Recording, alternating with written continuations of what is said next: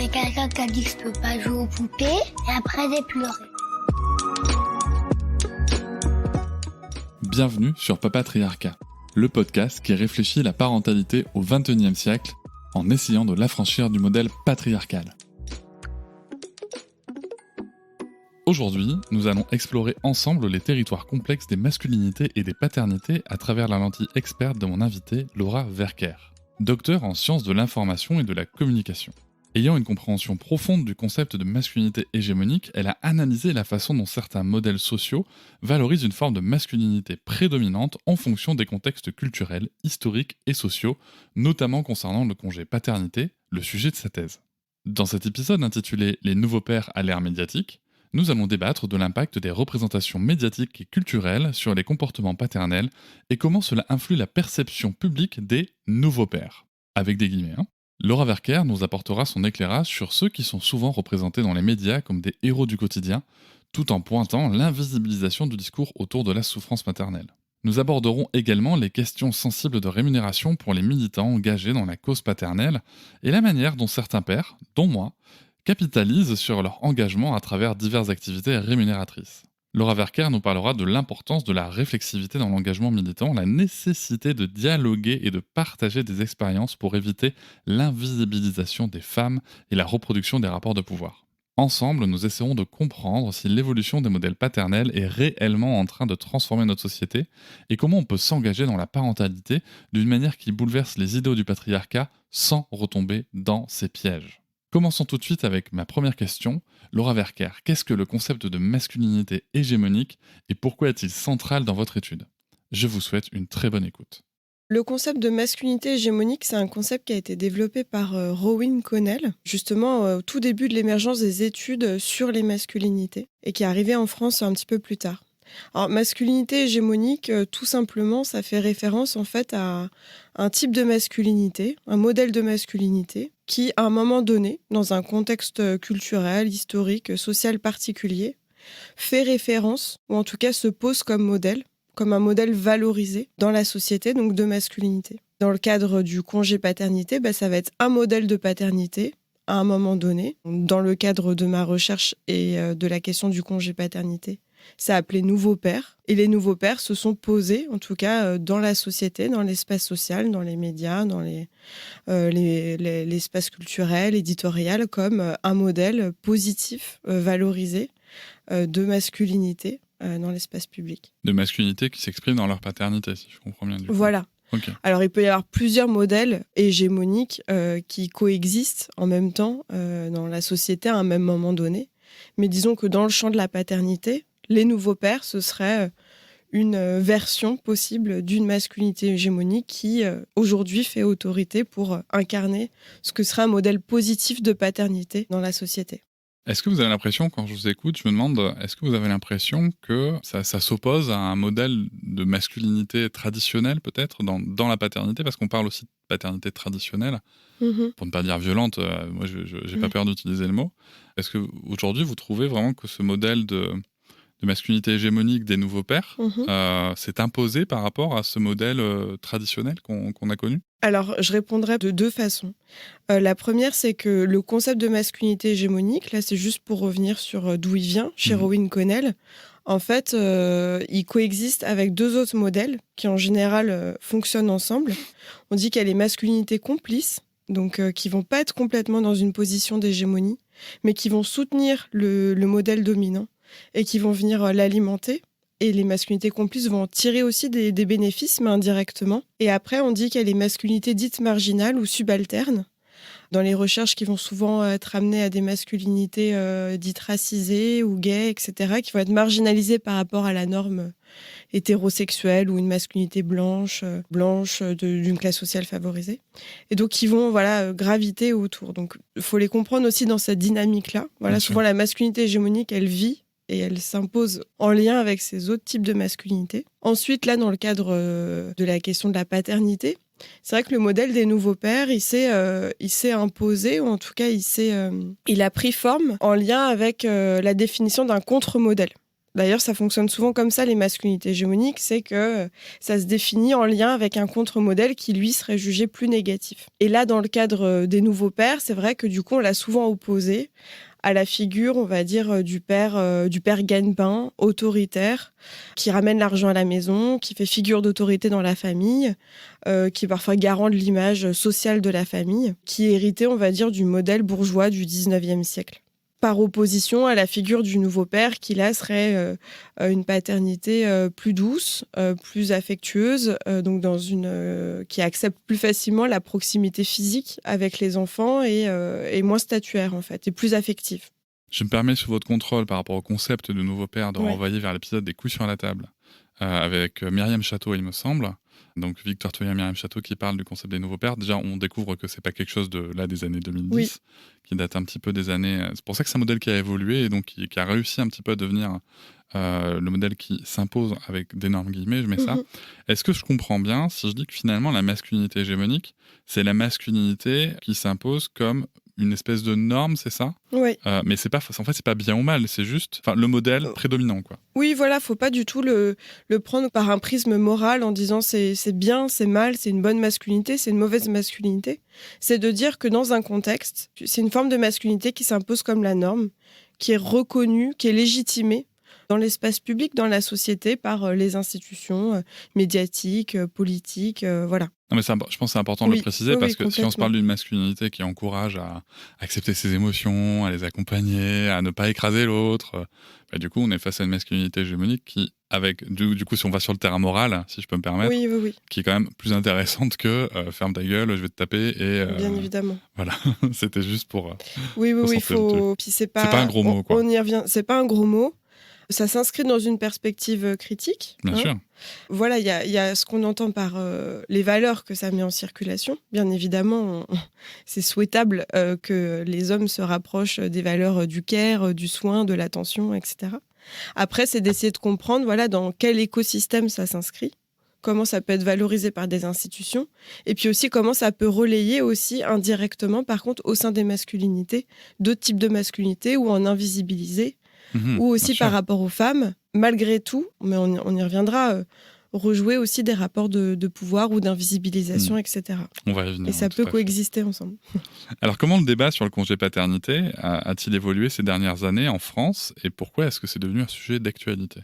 Alors, il faut savoir que quand le congé paternité il a été mis en place, donc en 2002, a priori, il n'y avait pas tant de demandes sociales, ou en tout cas de mouvements sociaux, pour réclamer un allongement du congé paternité. Il a été mis en place et en revanche, dès qu'il a été mis en place, il a été pris très rapidement. Alors après, plus récemment, du coup, là, le débat public autour de l'allongement du congé paternité, donc pour qu'il passe de 11 jours finalement à 28 jours, dont 7 jours obligatoires, il y a eu plusieurs phases. Moi, j'ai identifié 2 points d'émergence. Il y avait une pétition du magazine Cosette. Donc c'était en novembre 2017, c'était juste après les mouvements MeToo, qui avait lancé donc une pétition pour allonger le congé paternité. Juste avant, on a un petit peu oublié, mais en fait, il y avait un père. Il n'était pas papa à ce moment-là quand il avait créé cette pétition sur Change.org qui apparaît sous le pseudo Sinarpad et qui avait demandé un allongement du congé paternité. Donc, il y avait eu ces deux initiatives qui ont après été relayées dans les médias, puisque comme Cosette, c'est un média, c'est vrai que la tribune qui a été rédigée par Cosette a pris en fait dans l'espace médiatique, qui avait été d'ailleurs signée par des personnalités publiques hommes. Et après, progressivement, en fait, ça a émergé grâce aussi aux mobilisations sociales et citoyennes, à commencer par les associations féministes. Il y en avait 3. Donc la première, ça a été le PAF, pour une parentalité féministe. Ensuite, il y a eu Parents et Féministes, mais disons qu'au sein de Parents et Féministes, il y en avait qui avaient participé au PAF, donc c'est dans une continuité.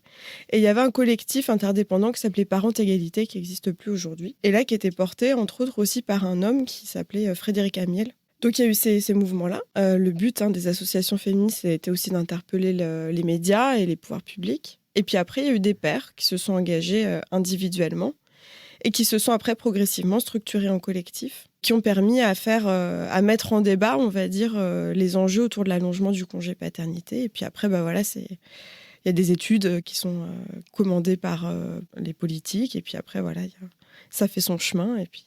Quand vous parlez des pairs, vous parlez notamment du groupe de 10 pairs Oui. dont je fais partie, Ouais. qui avait pu publier une tribune en 2020. Oui, à l'occasion de la de fête mémoire. des pères. Voilà, à l'occasion de la Ouais. fête des pères. On aura l'occasion d'y revenir, parce Ouais. que c'est intéressant. Moi, en tout cas, je trouve ça très intéressant de voir comment est-ce qu'on peut se regarder aussi sur ces sujets-là. C'est toujours une occasion d'apprendre et aussi comprendre les motivations et peut-être même les rouages de... Parce que vous avez cet œil extérieur. On s'était eu, je tiens à le dire, en fait, transparent, on s'était eu par téléphone déjà à cette époque-là. Et je pense que c'est intéressant d'avoir ce regard extérieur. Et peut-être que je pourrais apporter comment ça s'est passé à l'intérieur. Ça pourrait être intéressant aussi. Pourriez-vous d'abord nous présenter brièvement votre étude et nous expliquer ce qui vous a motivé à explorer le sujet des nouveaux pères et de la masculinité hégémonique? Oui. Ça vous vient d'où ce sujet? Alors, avant de faire de la recherche, j'étais donc au CELSA, à la Sorbonne, en alternance. Je faisais une alternance, on dit, en planning stratégique, c'est-à-dire du côté des études. Et j'étais notamment chez Marmiton et Au Féminin. Au Féminin, il faut savoir que c'est un des tout premiers médias autour des sujets liés aux femmes en ligne, mais en disant que la ligne éditoriale originelle était centrée sur la maternité. Et il y avait une étude en interne sur, on appelait ça comme ça, les Instamums, donc les mères sur Instagram, qui étaient en fait des cibles marketing d'Au Féminin. Et moi, je devais réaliser un mémoire sur mon activité professionnelle. Et un peu par esprit de contradiction, je me suis dit, je vais aller voir s'il y a des pères sur Instagram, donc que j'appelais entre guillemets les Instadates. Sauf qu'à cette époque, en fait, il y en avait très peu en France. Donc mon corpus, on dit un corpus, c'est notre terrain d'études, quoi. C'était surtout des pères anglo-saxons ou américains. Et donc, en fait, au final, là, vous pourriez faire partie, parmi ce groupe des 10 pères, en tout cas certains, de ces Instadates français. Donc voilà, en tout cas, ça a commencé par là. Donc après, j'ai voulu continuer à travailler sur les questions de genre, de paternité et de masculinité, qui étaient peu développées, en fait, en 2017. Quand on parlait études de genre, en fait, on parlait beaucoup des femmes et du féminisme, et moins des études en lien avec les masculinités. Donc c'était ça qui m'intéressait. Et puis en fait, quand j'ai vu le projet de Cosette, justement autour de cette pétition, je me suis dit, si là il y a un sujet politique qui émerge, un sujet de débat politique qui concerne actuel, contemporain, ça pourrait être intéressant de relier mon envie d'étudier les masculinités en lien avec un sujet politique qui préoccupe tout un chacun, quoi. Donc c'est un cheminement qui s'est fait un peu comme ça, quoi, par rapport à l'actualité, par rapport à... Ouais, il y a de la contingence, mais c'est à l'image de la façon dont j'ai fait... dont je fais ma recherche, c'est-à-dire me laisser porter par des choses qui me paraissent importantes comme ça progressivement, sans avoir un vrai projet. C'est peut-être mieux d'ailleurs pour la recherche, parce que comme ça on ne sait pas trop ce qu'on va trouver, et puis on peut dénicher des trucs. Et puis on laisse de la place aux enquêtés. Durant cette enquête de terrain, avez-vous identifié des caractéristiques communes ou des tendances parmi les pairs que vous avez suivis? Quelles étaient leurs motivations et leurs préoccupations principales? Oui, bien évidemment, j'ai identifié, alors progressivement, parce que comme je disais, c'est que j'ai vraiment mené mon enquête en me laissant porter par ce problème public qui aurait pu aller nulle part. C'est-à-dire que moi, au départ, je me suis dit, il y a une cause autour du congé paternité, mais il faut remettre en perspective qu'en 2017, il n'y avait vraiment aucune assurance que le congé paternité soit allongé. C'est d'ailleurs une surprise de la part des militants qui, au départ, en fait, militaient aussi pour se retrouver et partager leurs expériences de la parentalité, se faire du bien, il n'y avait aucune certitude sur la réussite de ce combat. Pour revenir à la question précise. Du coup, oui, j'ai identifié progressivement des points communs à plusieurs niveaux entre les pairs. Le premier, c'est tout simplement sociologique, c'est-à-dire qu'on est sur des profils plutôt similaires, c'est-à-dire des hommes blancs, hétérosexuels, plutôt citadins, qui ont un capital culturel et économique par rapport à la moyenne nationale plutôt important. Ça, c'est vraiment pour les données objective, tout en simplifiant, je ne vais pas rentrer dans tous les détails, mais ensuite, c'est du point de vue des formations. La plupart sont passés par des écoles de commerce, donc ont des formations en marketing, en management ou en communication, plutôt des grandes écoles de commerce, et ensuite ont intégré dans le champ professionnel les domaines du marketing, du management et de la communication. Donc le premier point, c'est sociologique, le deuxième, c'est sur le type de formation.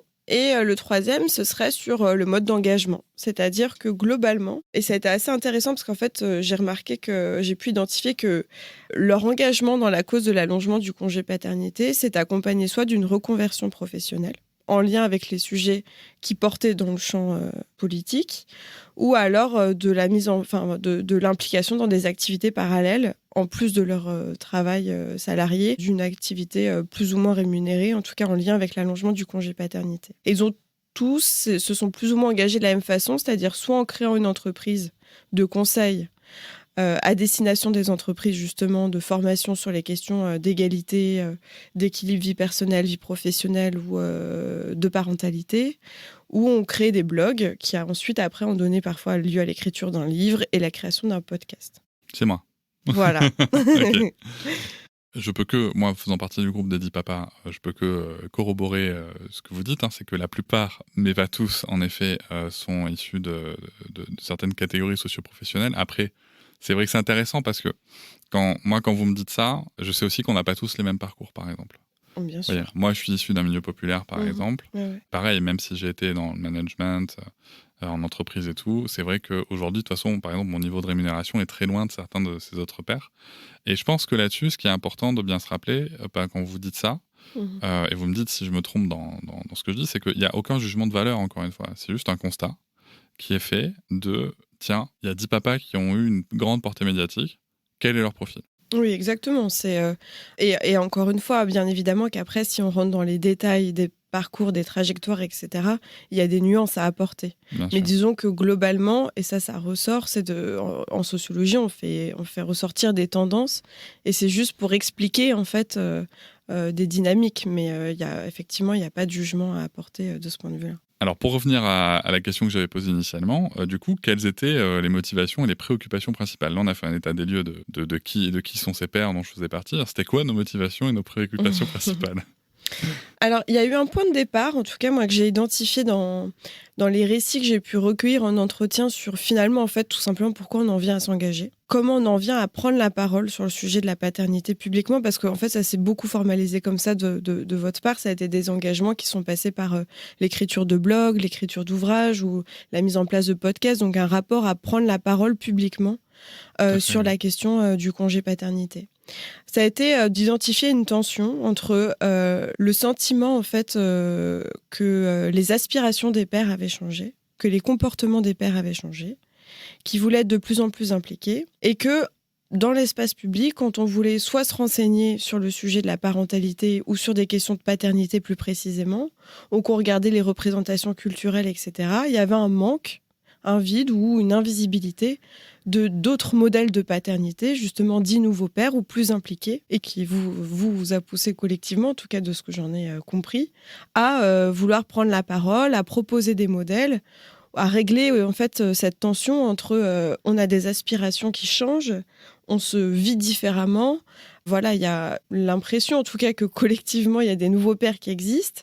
Et donc, du coup, il faut qu'il y ait du répondant, après, publiquement, qu'on vous voit, qu'on vous reconnaisse, qu'on vous écoute et que les modèles changent. Ça me semble plutôt juste pour, en tout cas, les miennes, de motivation et de préoccupation, et de ce que j'ai aussi compris de mes échanges avec mes camarades de l'époque.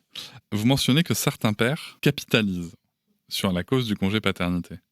Pourriez-vous expliquer ce que cela signifie et comment cela se manifeste concrètement ? Par capitaliser, ça veut dire tirer des rétributions, des gratifications, que ce soit économiques, donc vraiment monétaires, ou sociales, une valorisation sociale. Alors, comme je le disais tout à l'heure, c'est vrai qu'il y a un point commun parmi les 10 pairs que j'ai pu suivre, soit en entretien, soit en suivant leur production éditoriale. C'est que l'engagement, en tout cas, c'est fait par deux voies, on va dire, soit la création d'entreprises, donc de conseils, d'accompagnement justement dans le monde professionnel des questions d'égalité femmes-hommes. Donc là, on est sur des activités rétribuées, c'est des activités de conseil, de formation en entreprise, ou soit des activités d'écriture numérique, donc de blog, d'ouvrages ou de podcasts, plus ou moins rémunérés ou pas. Mais en tout cas, dont j'ai pu observer qu'on tire cette fois-ci des rétributions plus sociales de valorisation, c'est-à-dire de se raconter, parce que c'est souvent des espaces d'écriture de soi personnelle, où on raconte son histoire, son récit, son quotidien, comme nouveau père. Donc pouvant incarner aussi ce modèle de paternité, et qui d'ailleurs a attiré ensuite l'attention des médias, et voilà, ça a été des supports aussi pour être visible après dans les médias. Et j'ajouterais aussi pour certains, le placement de produits marchands sur Instagram. Qui est aussi... J'en fais aussi partie. Voilà. Mais en tout cas, qui fait partie, et donc cumuler ces trois activités correspondent à des engagements, mais des engagements dont on tire aussi des rétributions économiques et symboliques, c'est-à-dire de gratification sociale en tant que père engagé et impliqué dans sa paternité. Alors, tant qu'on est sur la capitalisation, déjà, levons le doute sur le mot. J'ai l'impression qu'encore une fois, c'est pas une question de jugement de valeur, est-ce que c'est bien de capitaliser ou pas, c'est juste qu'on constate que ça capitalise. Voilà.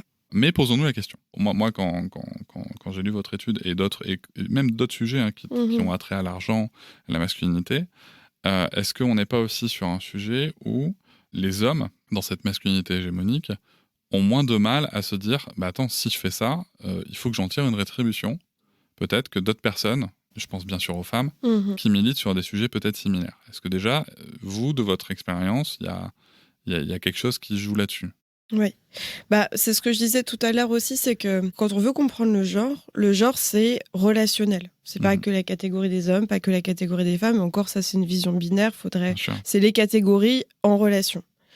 Ce qu'il faut mettre aussi en perspective, c'est que quand je parle de capitalisation donc des hommes engagés dans le congé paternité sur la cause, c'est qu'il faut le mettre en relation aussi justement avec les modes d'engagement des femmes parallèlement dans ce même combat, notamment dans les associations féministes, qui en fait ont emprunté des voies d'engagement différentes.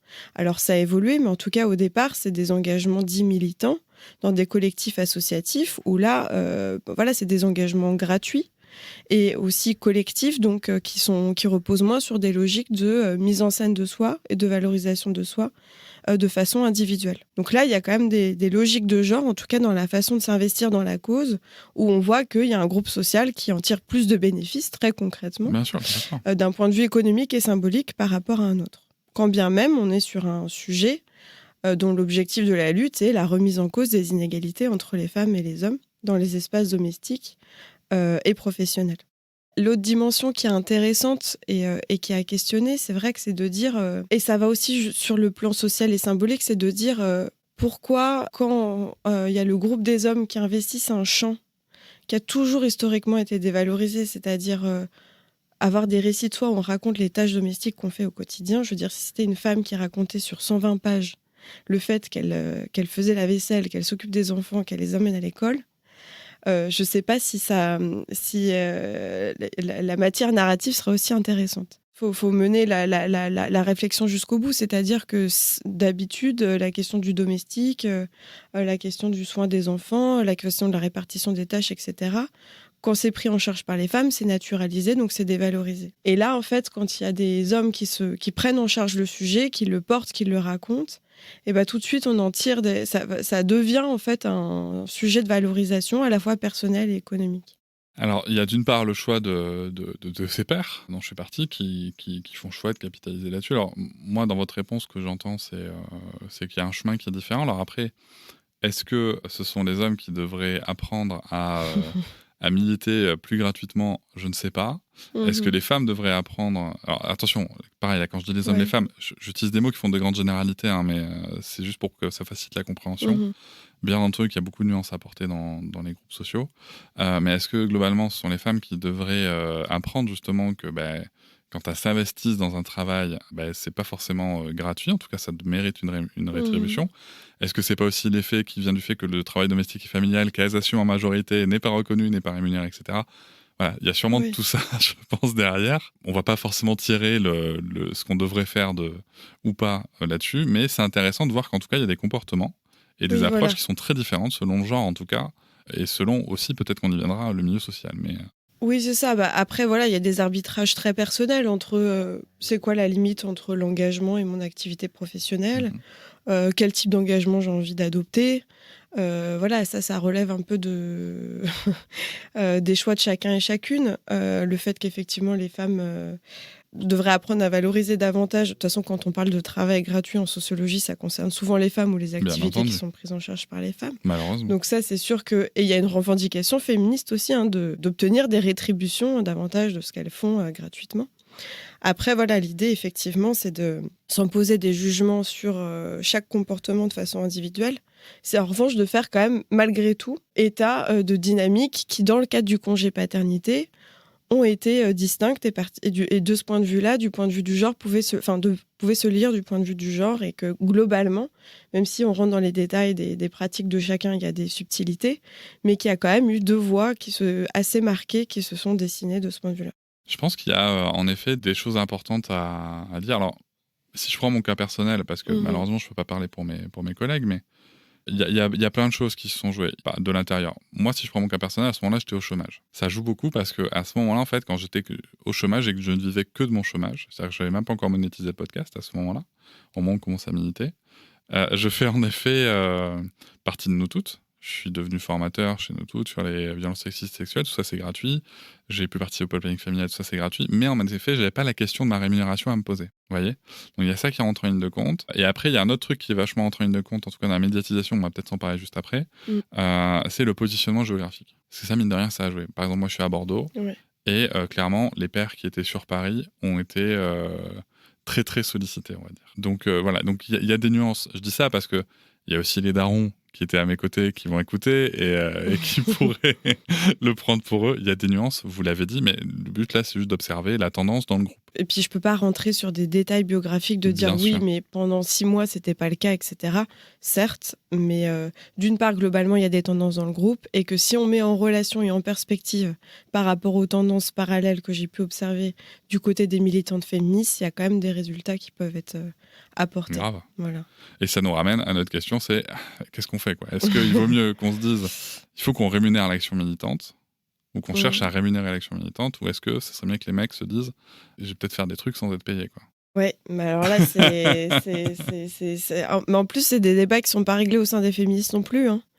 J'irai pas sur ce terrain-là, par contre. Mais c'est pour dire que c'est...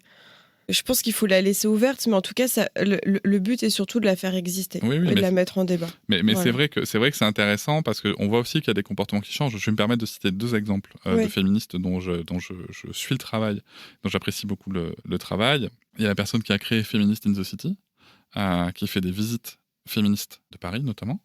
Donc c'est intéressant parce que là, du coup, c'est rémunéré. Hein, c'est une activité professionnelle qui est militante. Et qui a pu en effet avoir des critiques là-dessus. Je pense aussi à Sarah Fitoussi, qui est connue comme étant Power ta carrière sur les réseaux, qui a d'ailleurs écrit 2 livres très intéressants, et qui elle aussi est plutôt attaquée parce que du coup en fait elle se fait rémunérer comme pour coacher des femmes à apprendre à négocier leur salaire, à prendre de la place, à poser leur point de vue. Enfin voilà, elle coach des femmes là-dessus, et elle le fait avec brio, soit dit en passant. Et c'est vrai qu'elle est aussi un petit peu critiquée pour ça. Donc je vois bien qu'il y a un débat là-dessus sur est-ce qu'on doit militer toujours gratuitement ou pas ? Comment ça se passe ? Voilà, je vois bien qu'il y a des débats. Et là aussi, il y a des nuances à apporter. Je vais me permettre de donner un exemple, alors pas personnel, mais parce que je ne suis pas le seul à le faire, mais je pense qu'il y a des nuances à apporter. Par exemple, vous voyez, quand on participe à des tables rondes ou des conférences, ce n'est pas forcément la même chose qu'on est payé par une entreprise ou quand c'est une asso qui nous sollicite. Parce qu'il y a un endroit où il n'y a pas de moyens et il y a un endroit où il y a clairement des moyens et où il ne faut pas se gêner pour aller se servir. Voilà. Mais ça, est-ce qu'on le sait est-ce qu'on en a tous et toutes conscience ? Je ne sais pas. Mais c'est vrai que ça soulève aussi une question sur le rapport à l'argent, sur le rapport à la valorisation qu'on a de notre temps, etc., qui vient, comme on l'a dit, toucher les rapports genrés, mais aussi peut-être des chemins plus personnels. Je vais revenir sur mes questions parce que je suis en train de partir trop loin. Comment les médias et les maisons d'édition ont-ils influencé la perception et la promotion de la figure des nouveaux pères ? Dès qu'on parle de question de l'impact des représentations, par exemple médiatiques et culturelles sur les comportements des uns et des autres, en réalité, on n'en sait pas grand-chose. Après, la littérature sur genre et médias montre que les modèles qu'on met en circulation dans les représentations culturelles, là dans les ouvrages ou dans les médias, ça joue sur les façons à la fois de se représenter soi-même, de représenter les autres et in fine dans nos pratiques. Alors après, effectivement, on parlait de masculinité hégémonique. Je vous disais, masculinité hégémonique, c'est une masculinité qui arrive à se poser un moment comme une norme. Et elle ne se pose pas comme une norme toute seule, c'est parce qu'elle arrive à être légitimée, à être reconnue, à être valorisée par des institutions, des instances qui ont un pouvoir social, donc y compris les médias et les maisons d'édition qui ont un pouvoir pour, à un moment donné, du fait de la visibilité qu'elles donnent, de poser des modèles. Et c'est vrai que la figure des nouveaux pères a été un petit peu a bénéficié d'une forte reconnaissance, en tout cas, dans les médias, on va dire, mainstream, c'est-à-dire les médias féministes ou aussi la presse généraliste ou même la télévision, etc. Et les maisons d'édition. Et c'est vrai que ça a contribué, en tout cas, à présenter les nouveaux pères un petit peu comme des figures des héros du quotidien. Enfin, en tout cas, il y a une médiatisation particulièrement positive et valorisée de ces pères, avec toujours cette ambivalence, c'est-à-dire de dire à la fois c'est banal, c'est-à-dire pour acter le fait que les nouveaux pères existent, enfin une volonté de dire ils existent dans les pratiques, ça a changé, il y a une nouvelle génération, parfois même dite une révolution. Et en même temps, souligner leur exceptionnalité. C'est-à-dire qu'à chaque fois, c'était présenté à travers des portraits singuliers de pères, avec des images un petit peu glorifiées. Donc, il y avait toujours ce truc entre c'est banal et en même temps, on n'arrivait pas à sortir, on va dire, du biais de dès qu'on présente un nouveau père, c'est exemplarifié, c'est assez glorifié. C'est présenté un petit peu, comme des héros du quotidien qui surmontent les tâches quotidiennes. On est des héros, des mecs géniaux, faut le dire. Voilà, c'est ça. C'est que ça pouvait pas être... c'était présenté comme ça, mais c'est lié aussi au format médiatique, au format du portrait, etc., qui participent. Sauf que le problème, c'est que ça a contribué, mais c'est pas nouveau, c'est-à-dire qu'on sait que les médias, ils ont besoin de discours positifs. Pour que ça marche, il faut des discours positifs. On l'a vu, par exemple, avec le film Don't Look Up sur le climat. On n'arrive pas à entendre des discours négatifs, on n'a pas envie d'écouter des messages de souffrance. On a envie d'avoir des récits qui font rêver, qui nous portent. Donc du coup, le discours des nouveaux pères, ça prend. Sauf que le problème, c'est qu'à côté de ça, les militantes féministes, il faut dire qu'il y en a beaucoup qui sont engagées au départ par des expériences particulièrement douloureuses de la maternité, y compris des dépressions postpartum ou des psychoses postpartum. Et donc elles sont rentrées dans la cause de l'allongement du congé paternité pour dire, en fait, il faut allonger le congé paternité pour qu'on ait une aide morale, physique, émotionnelle au moment de l'arrivée de l'enfant, pour nous soutenir dans cette période-là. Et en fait, le discours de dépression postpartum, en tout cas en lien avec la cause du congé paternité, du coup, à côté des nouveaux pères qui fournissent des modèles qui sont heureux de vivre leur paternité et qui invitent les pères à vivre cette expérience positive, et la conséquence est que ça a rendu particulièrement inaudible ce discours de souffrance maternelle qui coexistait à côté. J'assimile ce que vous dites en même temps, parce que c'est vrai qu'il y a vraiment ce côté très positif. Et alors, moi, j'ai eu une expérience assez récente qui m'a interpellé, parce que l'association Parents et Féministes a publié une tribune en juillet pour relancer le sujet du congé paternité, qui est un sujet qui n'est pas terminé. Oui, faut le dire. C'est essentiel. C'est un épisode. Voilà, c'est un épisode qui s'est clos et on va en écrire d'autres. Même si on va voir où notre nouvelle ministre veut aller. Mais en fait, suite à ça, comme j'étais parmi les premiers signataires, on voulait qu'il y ait une certaine parité. Pas forcément une parité exemplaire, mais qu'il y ait une certaine parité. Suite à ça, le Média Combini m'a contacté pour faire une vidéo. Il est passé par ma maison d'édition. Et c'est intéressant parce que moi, dans mes premiers réflexes, ça a été de dire ok, mais il faut qu'il y ait une des femmes qui ont écrit la tribune, ou la personne dont je soutiens la proposition, Violaine Dutrot, par exemple, et le média a clairement dit non. Au sein de Parents et Féministes, dans la discussion qu'on avait, moi j'ai dit je vous laisse décider, je sais pas, mais je vous laisse décider. Et c'est vrai qu'on s'est posé la question, c'est est-ce qu'à un moment on passe à côté de la portée d'un média comme Combini, et pour des raisons qui se défendent, c'est-à-dire pour dire non, en fait, si on donne pas la visibilité aux femmes qui ont écrit la tribune, c'est non. Ou bien, justement, est-ce qu'on se positionne en disant, de manière militante, mais du coup, on donne pas la possibilité au message d'apporter. Et c'est là où je trouve qu'il y a vraiment un truc où il n'y a pas... C'est pas blanc ou noir, quoi. Il y a un petit effet pervers de... Ok, là, on veut visibiliser un mec, même si c'était moi en l'occurrence, mais on veut visibiliser un mec pour une tribune écrite par des femmes, même si j'ai participé, la question n'est pas là, mais moi, c'est le premier truc qui m'a marqué quand ils m'ont contacté. Je leur ai dit, mais en fait, vous savez, les personnes, en plus, elles sont déjà sur Paris. Oui. Donc, et en fait, il faut aussi composer avec ça, quoi. C'est-à-dire qu'aujourd'hui, les médias ont en effet une mainmise sur la façon dont on raconte ces récits. Sur la façon dont on raconte ces récits militants, j'entends. On va dire que les médias posent un cadre et il faut rentrer dans le cadre. Et là, c'est pareil, c'est des arbitrages. Il n'y a aucune réponse formelle, ferme, une ligne directive à suivre, mais qui sont presque de l'ordre de la stratégie militante aussi. Enfin, là, c'est vraiment du pragmatisme, c'est-à-dire est-ce qu'on mise sur l'efficacité ? Est-ce qu'on peut aussi déjouer un petit peu, c'est-à-dire trouver des compromis, ou est-ce qu'on refuse ? C'est possible de refuser aussi, c'est une démarche militante en soi. Après, là, vous en avez parlé. Il y a aussi tout ça, c'est-à-dire qu'il faut que ça devienne aussi un... Alors je dis il faut, chacun fait comme il veut, mais en tout cas, il me semble que justement, pour ne pas reproduire des rapports de pouvoir de genre, c'est-à-dire vraiment se poser des questions sur les pratiques. C'est-à-dire comment on fait, être un peu réflexif sur comment on fait et si je fais comme ça, quelle implication ça peut avoir en termes d'invisibilisation des femmes, des féministes.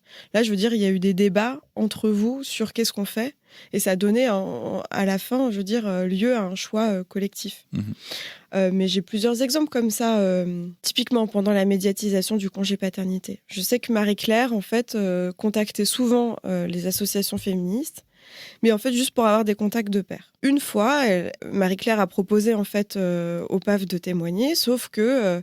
elle leur a proposé en disant bon vous nous écrivez votre témoignage par texto. Quand vous avez écrit le témoignage, vous nous l'envoyez, on le publiera. Et en fait, parallèlement, il y avait des hommes. Alors là, des pairs, c'était des personnalités publiques qui étaient invités à faire un shooting photo chez Marie-Claire, qui allaient avoir leur portrait, etc. Et en fait, là, elles ont refusé pour le coup. Elles ont dit dans les conditions que vous nous proposez, c'est-à-dire matériellement, c'est nous qui allons encore une fois travailler gratuitement, écrire notre propre témoignage par texto, c'est-à-dire faire le travail journalistique que vous devriez faire. On refuse. Parfois, ça arrive de refuser. Moi, je sais que pareil, à un moment, le PAF allait refaire une tribune pour l'allongement du congé paternité. Et c'est vrai, c'est dit à un moment donné, tant pis, cette fois-ci, on va pas solliciter les pairs parce que malheureusement, dans les médias, à chaque fois, du coup, c'est ça qu'on retient et on est un petit peu invisibilisé. Et puis, on va parler de choses négatives, on va parler des souffrances du postpartum. Et tant pis si ça prend moins. Mais c'est des arbitrages au cas par cas. En plus, ça n'a pas été ça n'a pas été une directive qu'il fallait à tout prix suivre à chaque fois. C'est du pragmatisme et l'ajustement en fonction des demandes qui nous arrivent. Quoi. Non, mais c'est vrai. Je pense qu'il ne faudrait pas que les gens se trompent en pensant que c'est du simple fait des associations militantes ou des individus militants et militantes. Non. Il y a vraiment un sujet des attentes médiatiques. Quoi. Les attentes médiatiques, le cadre médiatique, ça se joue à plein de niveaux. C'est... le dispositif, les questions qu'on nous pose, la manière dont on nous raconte. Moi, je sais que c'est pareil. Aller dans des médias, là, je vois la différence parce que j'ai jamais parlé dans un podcast. Le dispositif est complètement différent. J'ai déjà été invitée, mais au final, j'ai absolument pas dit ce que je voulais dire. Et je me suis dit est-ce que la prochaine fois, j'accepte ?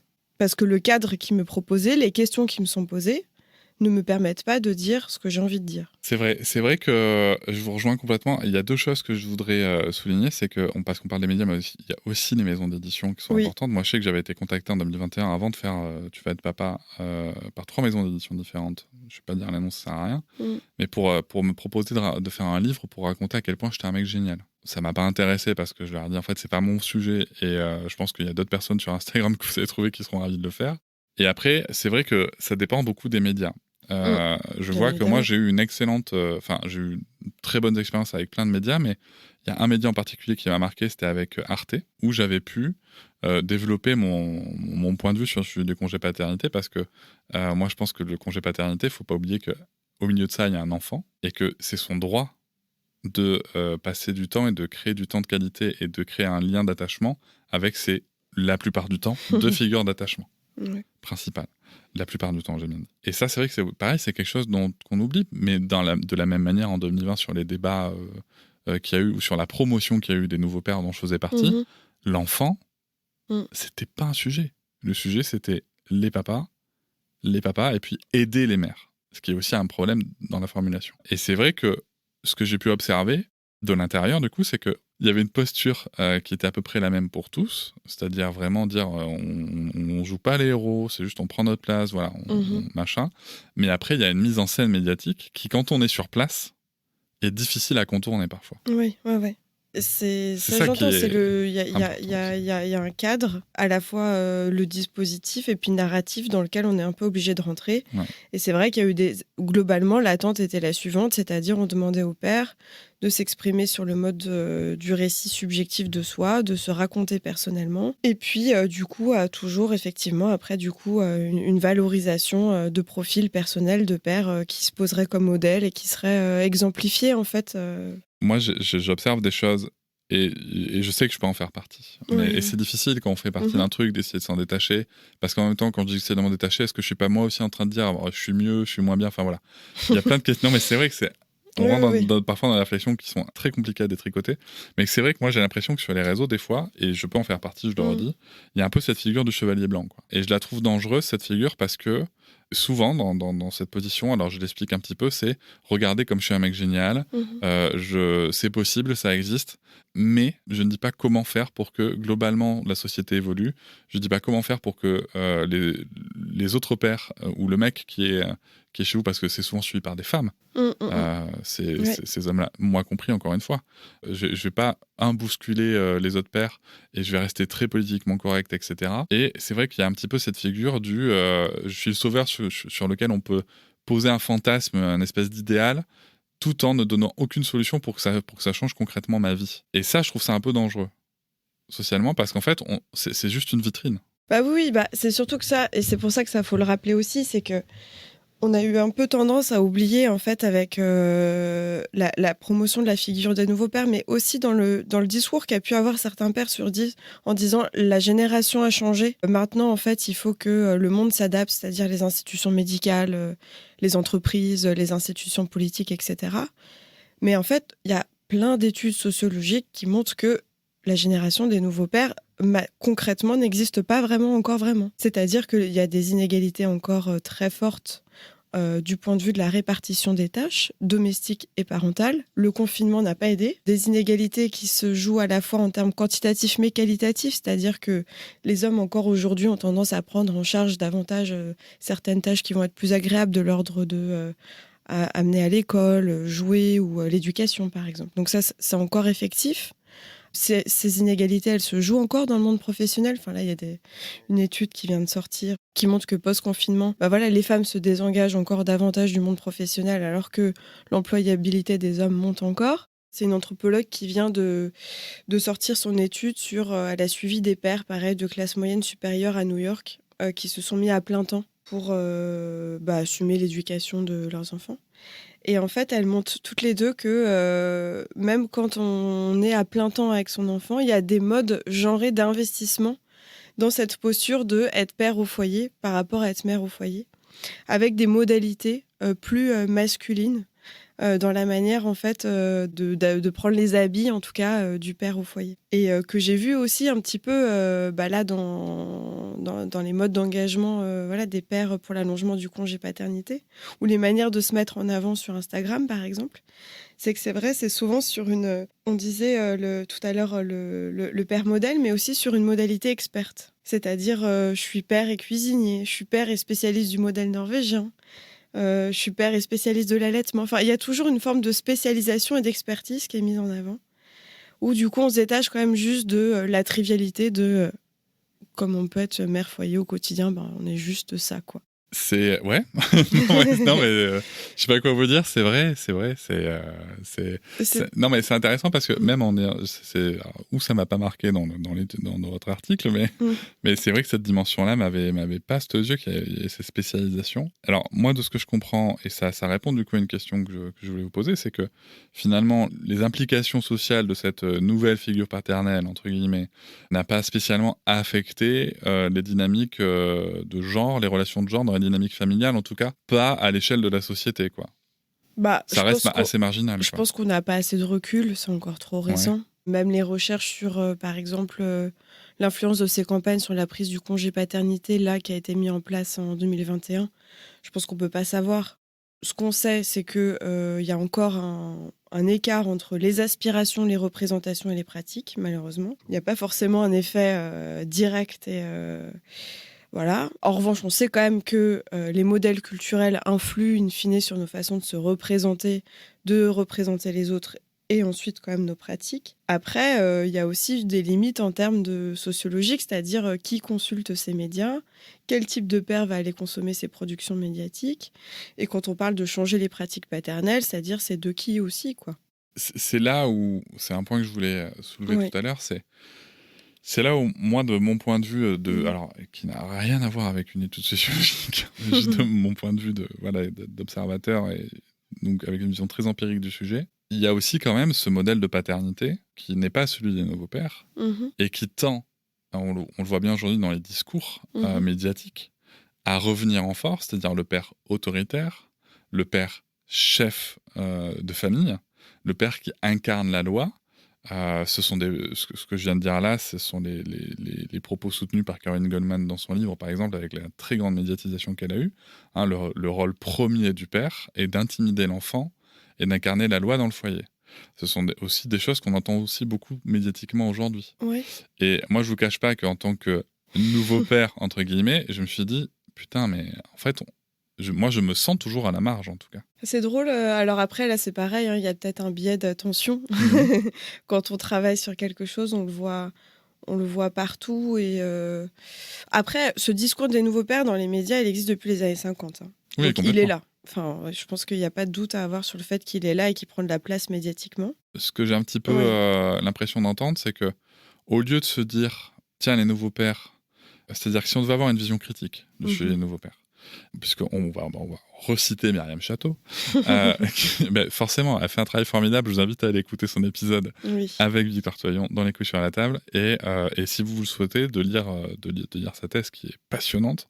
Déjà, on s'aperçoit que les nouveaux pères qui se mettent en avant, notamment aussi sur les réseaux, mais globalement, même sans se mettre en avant sur les réseaux, les pères investissent du temps de jeu, c'est-à-dire du temps de plaisir avec les enfants, et pas forcément du temps de logistique ou du temps qui n'est pas valorisant en fait dans la vie. Par exemple, on va amener les enfants au parc pendant que maman est en la lessive. C'est pas forcément ça qui est demandé. Et après, je pense qu'il y a d'autres questions à se poser. Moi, c'est un point que je développe dans ma conférence sur le sujet, c'est que c'est très joli une image d'un papa qui change la couche de son enfant. C'est beau, on est tous là, waouh, incroyable, c'est super.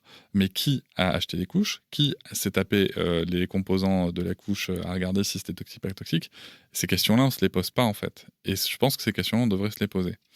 Mais j'ai l'impression qu'aujourd'hui, dans le discours médiatique, il y a un petit peu un côté en mode, donc le discours des nouveaux pères existe, il n'y a pas de débat là-dessus, mais il y a un petit peu un côté en mode, oui, alors c'est bon les gars, vous avez le droit de jouer avec les enfants, de rigoler et tout, sauf qu'à un moment donné, quand il faut rappeler qui est le patron, les gars, il va falloir taper du poing sur la table, voire taper sur les gosses, quoi. Oui. Rappelons-nous le préfet Hugues Moutou qui a dit, avec les émeutes du printemps, la méthode, c'est de claquer au lit, c'est au père de le faire, quoi. Enfin, à un moment, on en est là, qui n'a été recadré par personne. Oui, ça, c'est sûr. Et c'est là où je me dis, est-ce qu'à un moment, on n'est pas juste en train de dire, socialement, les nouveaux pères, c'est bien joli, c'est bien mignon, et puis ça rapporte de la thune, c'est un modèle qui rapporte de la thune. C'est un nouveau modèle qui permet de créer de nouveaux marchés. Désolé de le dire comme ça, mais je pense que la question se pose. Mais à un moment donné, socialement, va falloir se rappeler que le père, il n'est pas là pour déconner, c'est lui le patron et la figure d'autorité, quoi. Et j'invite du coup aussi à écouter, encore une fois, toute la série, les 5 épisodes sur les paternités des couilles sur la table, parce qu'il y a aussi la loi des pères qui est très intéressante, l'épisode qui s'appelle la loi des pères. Moi, c'est pour ça que j'ai vraiment l'impression que dans la société, c'est un discours qui est mis en avant parce qu'un peu romantique, un peu... qui fait plaisir, très positif, comme vous le disiez tout à l'heure, mais qu'à partir du moment où ça pose des problématiques, on revient très vite au traditionnel, quand même. Enfin, on invoque très vite le traditionnel. Je pense que de toute façon, c'est pas contradictoire de dire qu'il y a ces deux univers complètement. de discours qui cohabitent, et limite, en fait, l'un est lié à l'autre parfois. On l'a vu avec l'antiféminisme.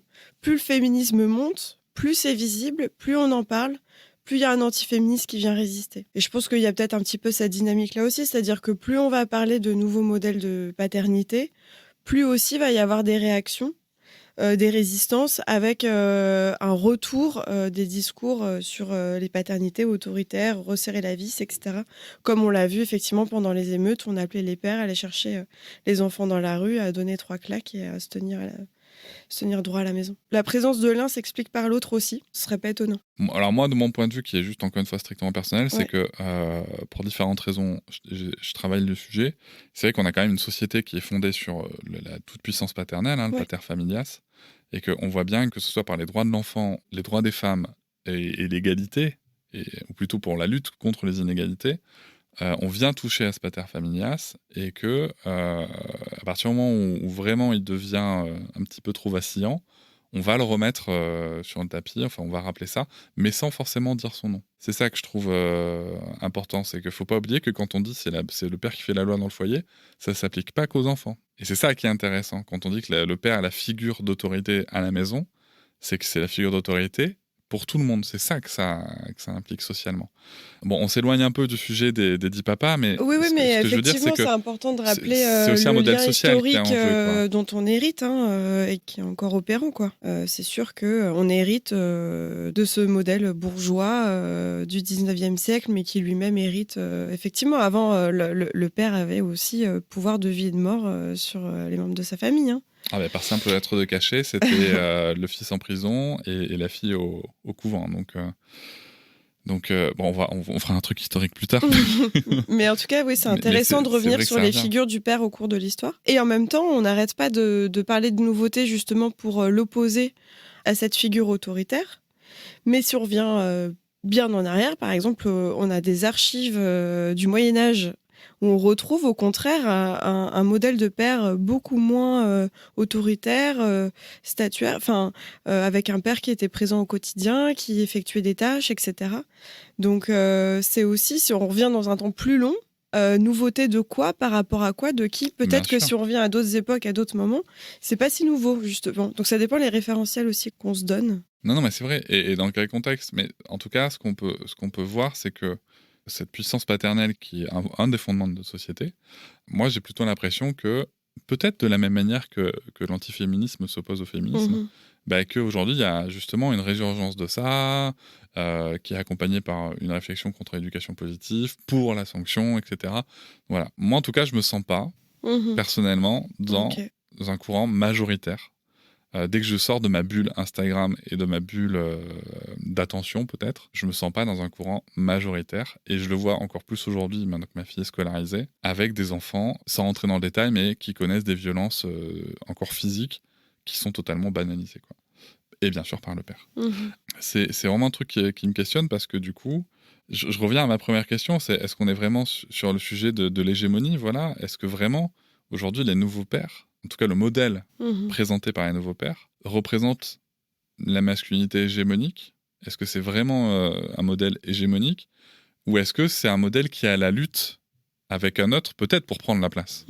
Ah, mais c'est intéressant. Alors, en plus, souvent, on se trompe, on utilise le mot masculinité hégémonique au singulier. C'est toujours au pluriel. Donc, en fait, on pourrait considérer qu'il y a deux types de masculinité hégémonique qui coexistent et dont la figure autoritaire qui persiste et la figure du nouveau père aussi.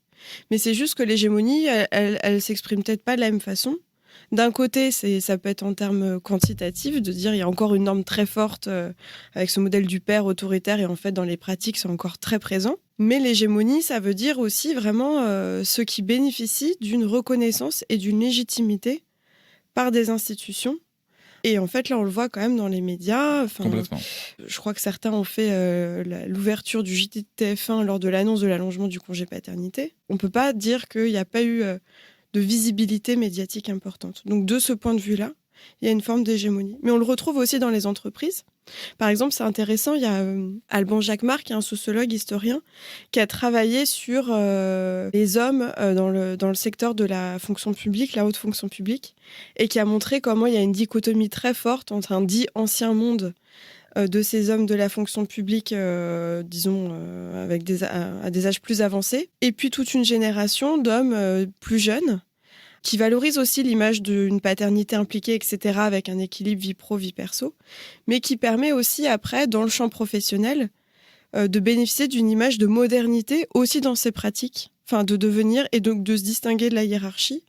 Et en même temps, on ne peut pas dire qu'il n'y a pas d'hégémonie de la hiérarchie non plus, mais on est quand même sur des modèles où on en tire des bénéfices aujourd'hui dans le secteur de l'entreprise, dans le secteur médiatique ou non. Non, mais c'est ça. Et c'est vrai que c'est pour ça qu'au fil de la discussion, parce que ça me renvoie moi aussi à ce que j'ai connu en entreprise, fatalement, où j'ai pris un congé parental, où j'ai été repris par ma hiérarchie, en effet, par une personne des RH, parce que je prenais un congé parental.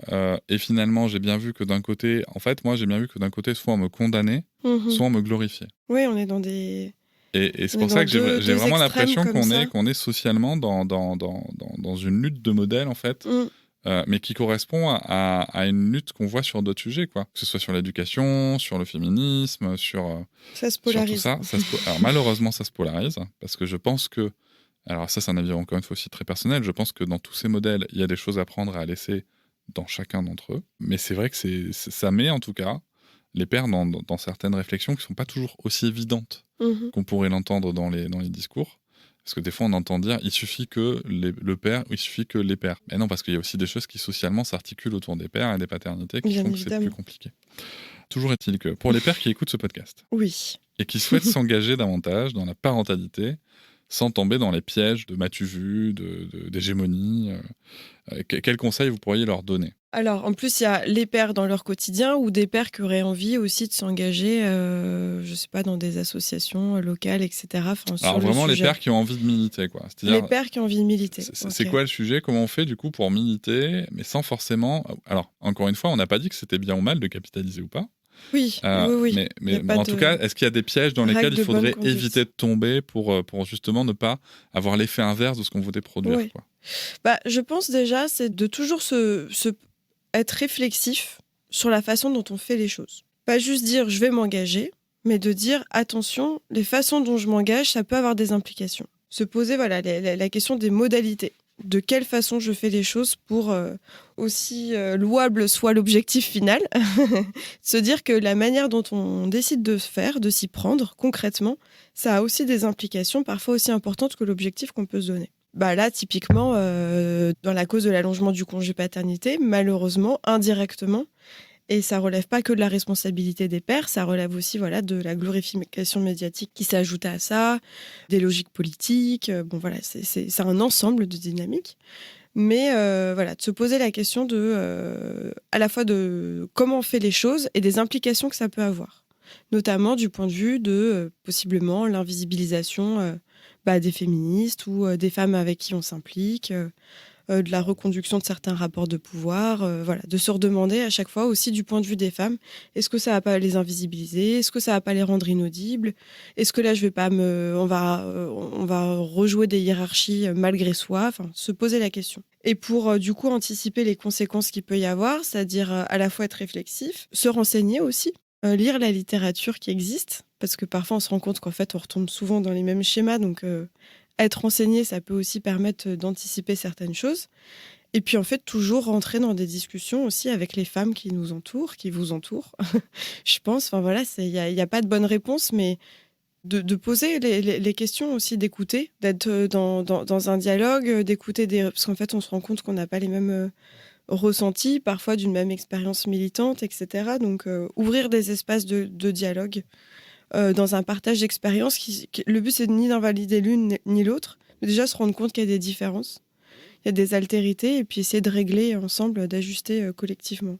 Ok, je suis mille fois d'accord avec ça. Alors moi, d'un point de vue très pratico-pratique, ce que moi je voudrais donner comme conseil, c'est, et je pense que ça vaut pour tous les sujets militants, c'est quand la société fait que c'est vous qui avez la visibilité, homme comme femme ou quoi, ne jamais s'approprier le travail des autres. C'est-à-dire qu'à partir du moment où notre thèse, enfin notre idée, notre propos est tiré dans sa majorité du travail de quelqu'un d'autre, parce qu'on est tous inspirés à droite à gauche aussi, je veux dire, faut pas non plus se monter la tête. Mais moi, je donne un exemple très concret. Moi, la proposition de congé paternité que je soutiens, c'est celle de Violaine Dutrot, qu'elle développe dans son livre Maternité, Paternité, Parité. Et je sais que c'est quelque chose sur lequel d'autres pères, enfin d'autres hommes aussi, pas forcément pères, m'ont interpellé en disant « Mais pourquoi tu la cites à chaque fois ?» Parce que c'est son taf, en fait. Et que moi, ça me plairait pas qu'on me le fasse, tout simplement. Et je pense que... Et c'est marrant parce que c'est vrai qu'il y a cette facilité, je pense, d'invisibiliser en oubliant de citer les sources. Et je l'ai vécu, moi, en informant d'autres pères qui ont pris la parole sur des sujets spécifiques, comme les violences dites éducatives ordinaires, et que en fait, tout ce que je leur ai transmis alors qu'ils y connaissaient rien 2 jours avant a été totalement aspiré et ils l'ont présenté comme étant leur expertise. Donc ça, c'était problématique. Je pense qu'il y a un autre truc aussi, c'est que il faut en effet lire la littérature, notamment sur les travaux de sociaux qui existent, parce que ça va éviter de dire des conneries, premier point. Et le dernier point que je voulais préciser, c'est par rapport à ce que vous avez dit, à se renseigner auprès de femmes. Je suis à 1000% d'accord, mais pas n'importe lesquelles. Je m'explique. Ah non. J'ai eu l'occasion d'échanger avec des pères, avec des hommes avec qui j'étais en désaccord sur leur point de vue, sur certaines prises de parole, et où je leur ai conseillé, tu devrais peut-être faire relire tes textes à des femmes, tu vois, à des féministes. Moi, personnellement, je fais souvent relire à mon amie Claire Tran aussi, de parents féministes, qui est une femme formidable, mais j'essaie de faire lire à des gens qui sont pas trop proches, et souvent la réponse qu'on me fait, c'est « je fais relire à ma femme et à ma sœur, à ma mère ». Ben ouais, mais non. Désolé, mais ça, alors, il y a de grandes chances qu'il y ait un énorme biais de lien affectif qui vous lie et qu'on ne dise pas les choses clairement parce qu'on ne veut pas vexer la personne.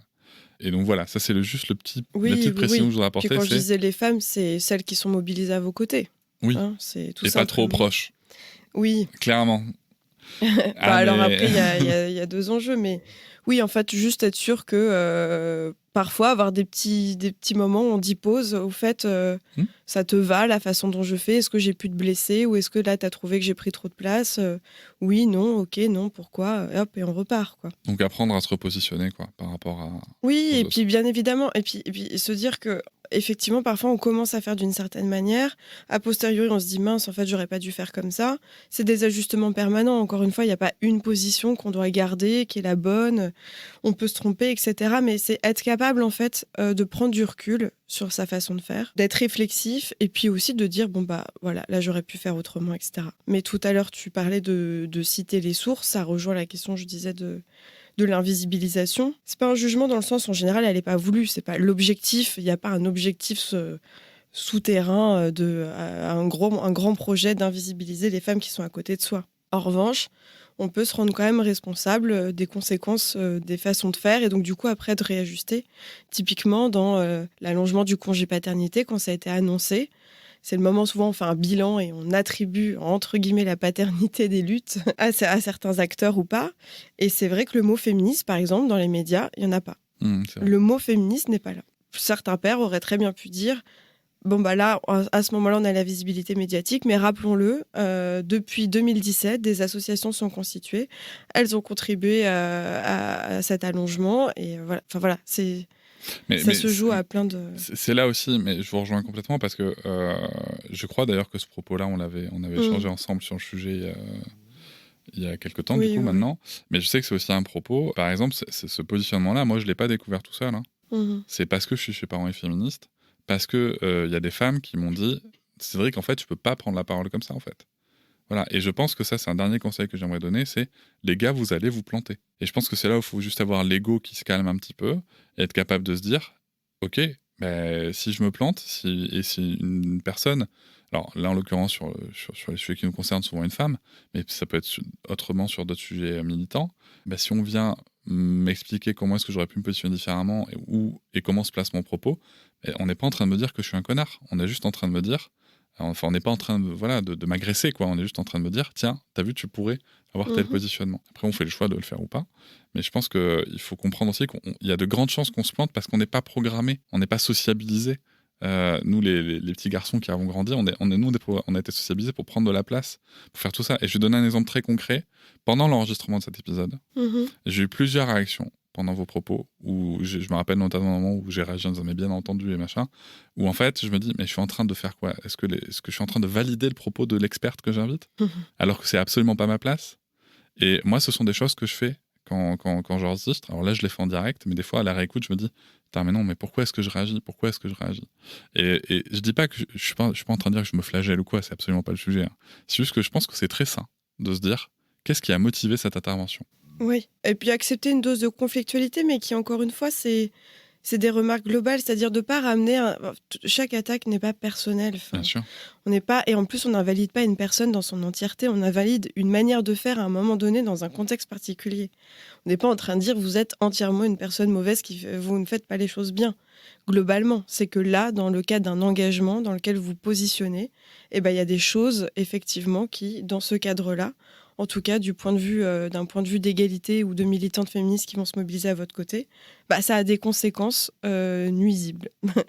Ou c'est un grand mot nuisible, mais en tout cas, ça a des conséquences, ça rejoue des invisibilités, ça rejoue des rapports de pouvoir. Et je dirais une dernière chose qui est vraiment importante, mais ça rejoint l'idée de citer des sources, c'est vraiment faire preuve de curiosité et de ne pas faire table rase d'un existant. C'est-à-dire peut-être, avant d'y aller, juste se dire, bon, du point de vue des engagements, du point de vue de la littérature, et ça va avec cet effet de nouveauté, parce que l'effet de nouveauté, quand on dit on est nouveau, c'est comme s'il n'y avait rien eu avant. Et c'est vraiment du coup, s'il y a des choses, elles existent, elles sont à côté, il faut aller les chercher. Et ça, c'est un peu de travail, c'est un peu d'investissement, et qui nécessite d'être un peu patient, mais qui permet de mieux prendre le sujet après. Puis il y a un petit effet de Dunning-Kruger aussi, on commence à s'intéresser à un sujet, on croit qu'on sait tout sur le sujet.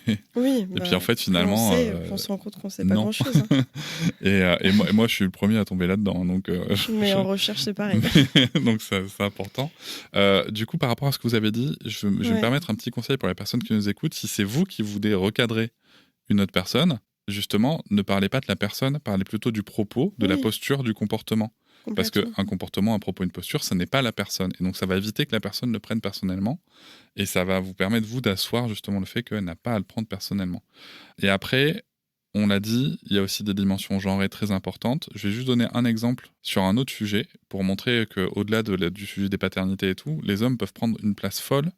Il n'y a pas longtemps, il y a eu une conférence de France Inter sur l'éducation où il y avait Rebecca Shankland, donc, qui est docteur en psychologie de l'enfant, enfin psychologie de développement et qui est chercheuse, Catherine Guéguen, je ne la présente pas, je pense qu'elle est assez connue pour mon auditoire, Didier Pleu, qui est psychologue du développement aussi, et Bruno Hambeck, qui est psychopédagogue. Donc on se dit super, tout ce petit monde réuni autour de la table pour parler d'éducation positive. Il y a eu des échanges, il y a eu des trucs, on est d'accord, pas d'accord. Je me suis permis une petite analyse de la vidéo et il faut juste savoir que 68% du temps de parole est occupé par les hommes. Et sur ce temps de parole, parmi les invités uniquement, il y a 13 interruptions de parole par les hommes et 3 par les femmes. Et je pense que c'est important parce que... Pourquoi je dis ça ? Parce que nous, et là je parle aux hommes qui m'écoutent, c'est qu'on a grandi avec ces conditionnements-là aussi et qu'on a facilement tendance, et encore une fois, moi le premier, on a facilement tendance à reproduire ça. Et que, encore une fois, c'est intéressant d'aller chercher ces chiffres-là, d'aller chercher ces données-là pour mieux comprendre ces comportements et se dire que des fois, c'est mieux de se taire. Et peut-être parfois, quand on s'investit concrètement, on peut aussi le faire avec discrétion et pas forcément besoin d'en faire toujours, même si on a besoin de modèles, mais des récits valorisés. Je vais me citer, je vais faire un truc que je fais pas souvent, je vais me citer parce qu'il y a pas longtemps, j'ai eu une bonne phrase là-dessus. Je dis, c'est pas parce qu'on participe à l'histoire qu'on a besoin d'être le héros de l'histoire. Et ça, c'est important que tous les hommes entendent ça. Et encore une fois, moi, j'ai plutôt tendance à les excuser parce qu'on est éduqués à devenir des héros et pas simplement des participants de l'histoire. Toutes les histoires, en général, arrêtons d'avoir des héros, faisons des collectifs c'est vrai. à égalité. D'accord. Alors, pour finir, à la lumière de vos recherches, comment voyez-vous l'évolution du rôle des pères et de la masculinité dans les années à venir et quels changements vous aimeriez voir ? Le premier, ce serait de réduire ce fameux écart entre les aspirations, les représentations et puis les pratiques. De voir un changement aussi plus significatif du point de vue du concret, c'est-à-dire la répartition des tâches parentales et domestiques quand on va dans le détail de qui fait les vaccins, qui change les couches, qui se rappelle qu'il faut réinscrire à la CAF, enfin voilà, dans le dur, quoi. Et est-ce que les mères se prennent en photo quand elles vont chercher l'enfant à la crèche ? Alors, il y a des Instamums, mais non, voilà. Ouais, mais même ça, elles le font pas. Non. Mais parce que ce serait pas très Instagrammable en plus. Ah il y a des pères qui le font. Quand c'est pris par les pères, c'est plus intéressant, c'est plus valorisé, c'est moins commun, donc tout de suite c'est plus intéressant. Mais comme la cuisine ou comme maintenant il y a des influenceurs ménage, hommes, et ça marche. Oui. Bon, enfin ce sera un autre sujet. mais ça relève des mêmes dynamiques. Donc du coup, c'est ça, ce fameux écart, que aussi on sort de la logique exécutant-planificatrice. Donc là, il y a encore un écart entre, même si concrètement, on arrive à des niveaux équilibrés de qui fait quoi et au même niveau, c'est vrai qu'il y a encore un écart sur qui orchestre, qui pense à faire les choses, cette fameuse charge mentale, mais qui est encore très forte. Et donc si on arrive à agir sur ce levier-là, je pense qu'il y a un vrai enjeu de ce point de vue-là. Et après aussi, et c'est important, hein, c'est d'avoir un point de vue aussi intersectionnel. Et que aussi, il y a des écarts d'inégalité entre hommes qui se tassent. Enfin, on l'a vu, le congé paternité, c'est pris principalement par des cadres en CDI. Il y a encore des grandes inégalités dans le recours en fait à l'allongement du congé paternité qui tient à la fois à la question de la précarité professionnelle, c'est-à-dire quand on est en CDD par exemple, mais aussi du coup au niveau d'information auquel on a accès. Il y a des inégalités dans qui connaît les droits auxquels on a accès, puis les procédures administratives.